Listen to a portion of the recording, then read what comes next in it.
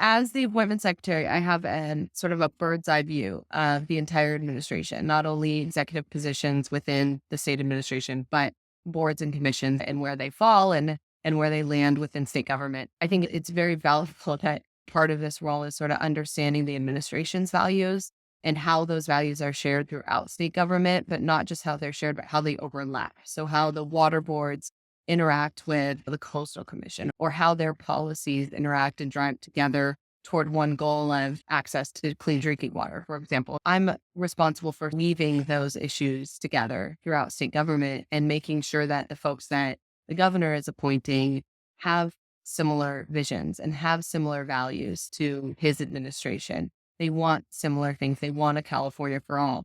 And so part of my biggest role is to consider all of those priorities and create opportunities for all Californians through education, workforce development, housing affordability, transportation, access to clean drinking water, being able to connect those policies to people who have lived experiences. Do we have folks who have experienced, a lack of access to clean drinking water? Do we have those folks serving on our water quality control boards?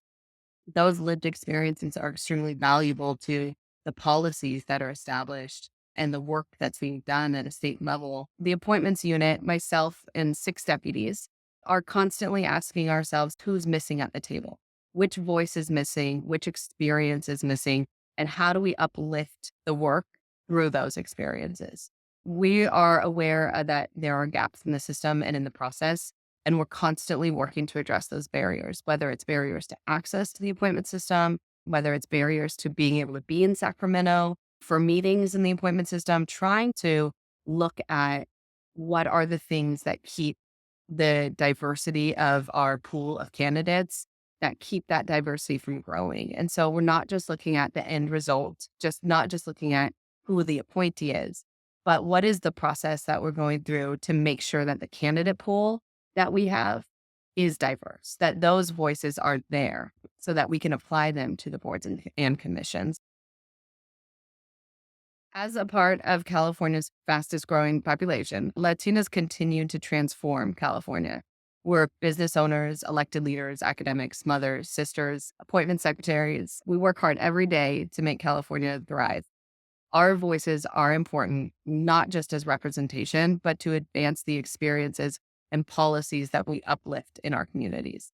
My goal as the appointment secretary is to build out that bench, build out that middle space and work with Hope and with the Appointments Collaborative to make sure that 4, 5, 6 years from now, we're not continuing to have firsts, right? We are not continuing to have those firsts because we have great candidates with diverse backgrounds that are built into the pool that have applied for these positions so that we don't have to have firsts anymore. We can just continue with, consciously and intentionally continue with the appointments of diverse communities and diverse experiences.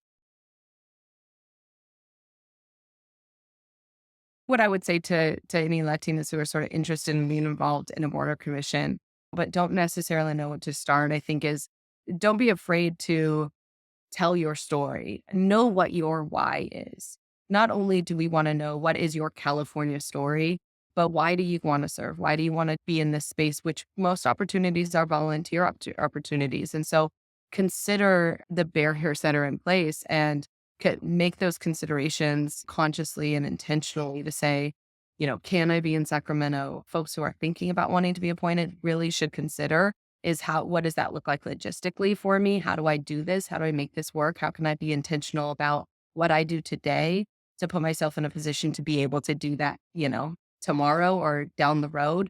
But don't be afraid to put yourself out there and be open to talking about what opportunities are available. I know a lot of folks will come to us and say, I really want to be on the PUC. That's great.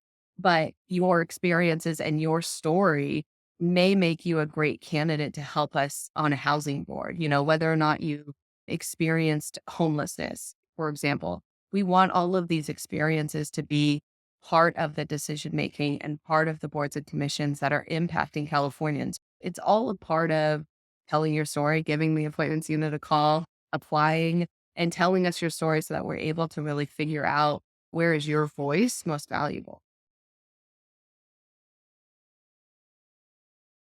So my vision is to ensure that Latino voices are represented in all spaces and to ensure that that is not just an intention of this administration, but of administrations to come.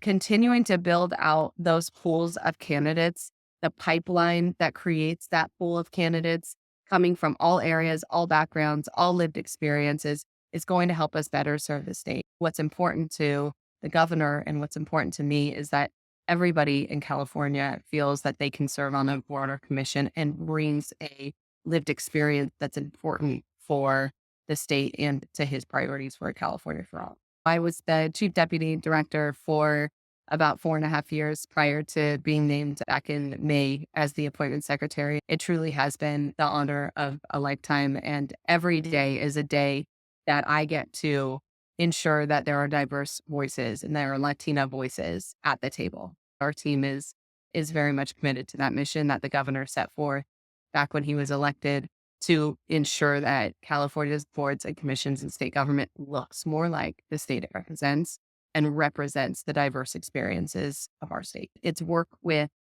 hope. It's work with programs like the Appointments Collaborative that is going to help us continue to drive that intentionality, not just through the Newsom administration, but in administrations to follow.